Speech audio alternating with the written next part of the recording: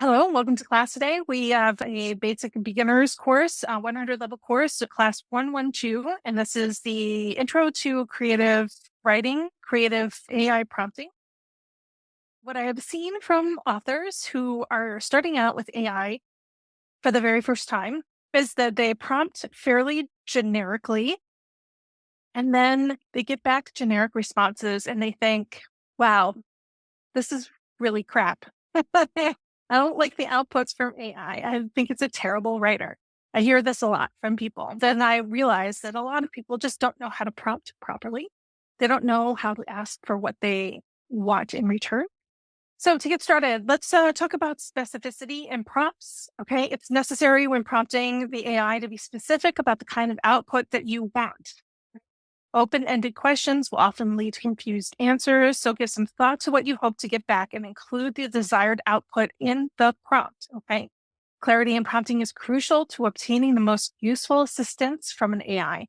When crafting a story or developing characters, providing detailed prompts can help the AI generate coherent and relevant ideas that align with the narrative.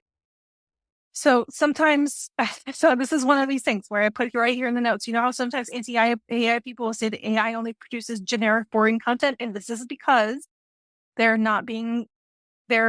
prompts do not have any clarity. They do not have any specificity. And so that's what you need to watch out for when you are prompting the AI. Okay. Detailing the prompt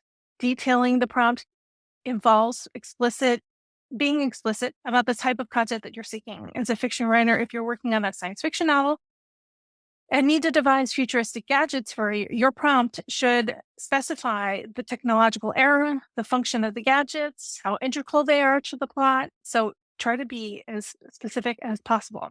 Okay, desired output. Specify the desired output so that you can get back what you need. Right here and here, I say specifying the desired output format is essential for fiction writers who might need the information presented in different ways depending on the task at hand. Right? Because we're not always just writing prose. Sometimes we're putting together a story blueprint, or we're putting together a list of things to give to other people, right? If you're brainstorming plot points, you might want a bulleted list. So ask for it in a bulleted list. Give me a bulleted list of the beats of my thriller novel's climax, right? Okay, this helps the AI present the information in the most usable form for your writing process. So always think about that when you're going into prompt, okay? Okay, let's get on to the choice of words, inclusive versus exclusive language. I'm not talking about social inclusivity or exclusivity. We're talking about prompting, okay? I find, and I think that this is pretty universal thing for people who have been prompting a long time. Elizabeth talks about this as well, that using positive language and prompts produces better responses than negative language. Okay. Using positive language and prompts helps guide the AI to provide the desired content effectively. For fiction writers, this could mean asking the AI to create a character with a resilient, optimistic personality instead of saying, don't make a character who is weak or pessimistic. See the difference between those two? Like you're telling it what you want, and you're going to get a good response that way. But if you tell it what you don't want, inevitably, the AI is going to include that stuff in your response. Be very clear about what you want. Words to avoid. Let's avoid these words because they will just muck up your prompting. Okay. Providing alternatives to potentially limiting or negative words can steer the AI from undesired outcomes. When asking for help with a plot twist, instead of saying the twist shouldn't be obvious, because you see that's a negative phrase there, you might want to say, craft a subtle and surprising plot twist. You'll find that you can, if you say no something, no cats, you will get cats, right? So it's one of those things where you say, show me dogs instead. All right. Let's talk about different ways you can prompt. Okay. First thing that people do, open-ended questions. Open-ended questions are a powerful tool for fiction writers to extract lots of ideas from the AI. Okay. By asking questions that don't have one single correct answer, right? Such as what are potential conflicts a space explorer might face on a deserted alien planet? That's going to give you lots of answers. Okay. Did you guys know that the AI can have stage fright? Because it can, right? To prevent the AI from providing overly cautious or limited responses, which I'm sure you've seen probably in the past, prompt it in a way that reassures it that exploration is encouraged and there is no single correct answer.